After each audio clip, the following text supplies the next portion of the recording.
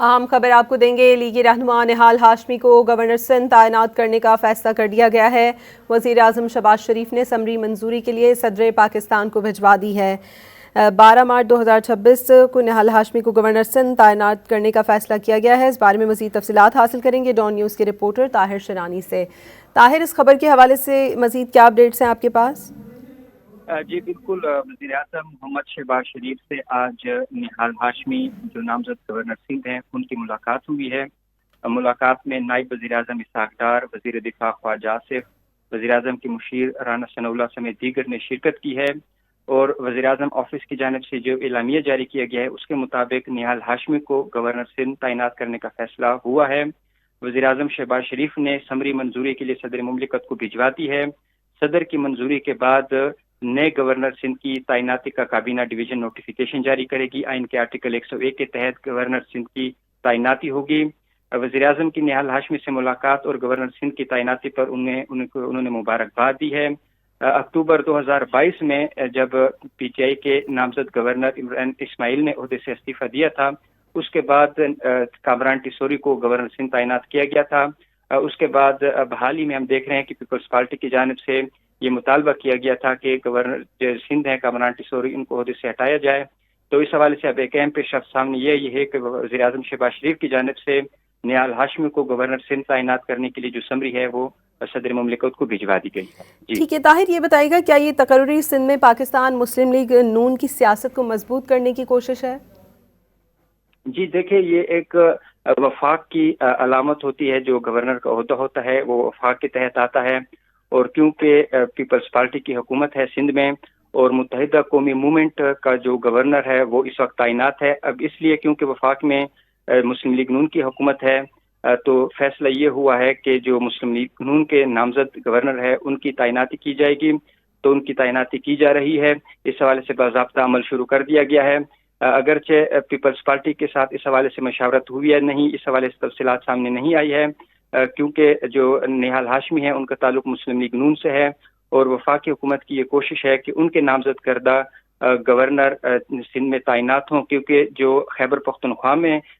Governor ہے وہ Peoples party کے نامزد کردہ ہیں، اور اس کے ساتھ ساتھ جو پنجاب میں گورنر ہے وہ بھی پیپلز پارٹی کے نامزد کردہ ہیں۔ تو اس لیے وفاق نے بھی سندھ میں اپنا حصہ مانگا ہے، اور انہوں نے اپنا جو گورنر ہے وہ نامزد کرنے کے لیے عمل شروع کر دیا گیا ہے۔ اور اس حوالے سے ایک اہم پیش رفت سامنے آئی ہے کہ متحدہ قومی موومنٹ کے جو نامزد کردہ گورنر ہیں کامران ٹیسوری، ان کو عہدے سے ہٹانے کا فیصلہ ہو گیا ہے، اور اس حوالے سے باضابطہ عمل شروع کیا گیا ہے۔ جی ٹھیک ہے، اور کیا سمجھتے ہیں سندھ میں پہلے سے موجود سیاسی جماعتوں پر اس فیصلے کے کیا اثرات پڑ سکتے ہیں؟ دیکھیں، جو سندھ میں کیونکہ پیپلز پارٹی کی حکومت ہے اور جو چیف ایگزیکٹو آفیسر ہوتے ہیں وہ وزیر اعلیٰ ہوتے ہیں، انتظامی معاملات وہ دیکھتے ہیں۔ جو گورنر کا عہدہ ہوتا ہے وہ علامتی ہوتا ہے، اور وفاق کا عہدہ ہوتا ہے جو صوبائی معاملات ہے وہ وزیر اعلیٰ کے انڈر آتے ہیں۔ تو اس لیے وفاق اور صوبوں کے درمیان ایک پل کا کردار ادا کرتے ہیں گورنر، اور جو گورنر ہوتے ہیں وہ صدر مملکت کے تحت ایک عہدہ ہے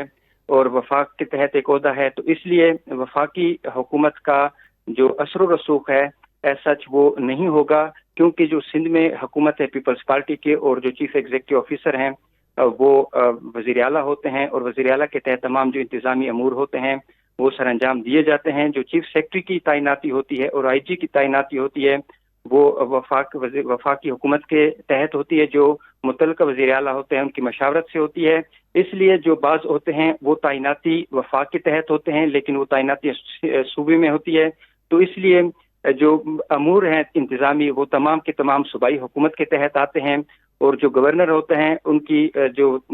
تعیناتیوں میں بعض میں ان کی ہوتی ہے اثر و رسوخ ہوتا ہے، جس میں مختلف قسم کے بل ہوتے ہیں، وہ منظوری کے لیے گورنر کو بھجوائے جاتے ہیں۔ ان کے پاس اختیار ہوتا ہے کہ وہ واپس اس پر اعتراض لگا کر بھیج سکتے ہیں وزیر اعلیٰ کو، لیکن اس کے بعد ایک عمل ہوتا ہے، اس کے بعد وہ خود بخود اگر بعض شکوں پر یا بعض معاملات پر گورنر کی جانب سے اعتراض اٹھایا جاتا ہے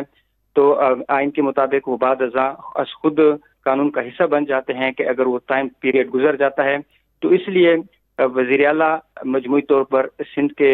جو ہے وہ وزیر اعلیٰ ہیں، انتظامی امور کے سربراہ، اور جو گورنر ہیں وہ وفاق کے تحت آتے ہیں۔ تو اس لیے وفاقی حکومت کی جانب سے یہ فیصلہ ہوا ہے۔ اصل میں بنیادی طور پر جو گورنر ہیں وہاں کے، ان کو کامران ٹیسوری کو عہدے سے ہٹانے کا فیصلہ ہوا ہے، اور یہ 3.5 سال کے بعد یہ فیصلہ ہوا ہے کہ ان کو عہدے سے ہٹا دیا جائے، اور اس لیے وفاقی حکومت کی جانب سے فیصلہ ہوا ہے کہ مسلم لیگ نون کا گورنر سندھ میں ہوگا، اور یہ اس حوالے سے باضابطہ جو عمل ہے وہ شروع کیا گیا ہے۔ ٹھیک ہے طاہر، کراچی کی سیاست میں نہال ہاشمی کا جو ماضی ہے، آپ کیا سمجھتے ہیں کس حد تک ان کے نئے کردار میں مدد دے سکتا ہے، اور کیا یہ تقرری آئندہ عام انتخابات سے پہلے سیاسی حکمت عملی کا حصہ ہو سکتی ہے؟ جی دیکھیں، ابھی کیونکہ جو نئے انتخابات ہیں اس حوالے سے کہنا قبل از وقت ہے، کیونکہ موجودہ حکومت کو ابھی 2 سال ہوئے ہیں، اور آئین کے مطابق جو منتخب حکومت ہوتی ہے وہ 5 سال کے لیے ہوتی ہے،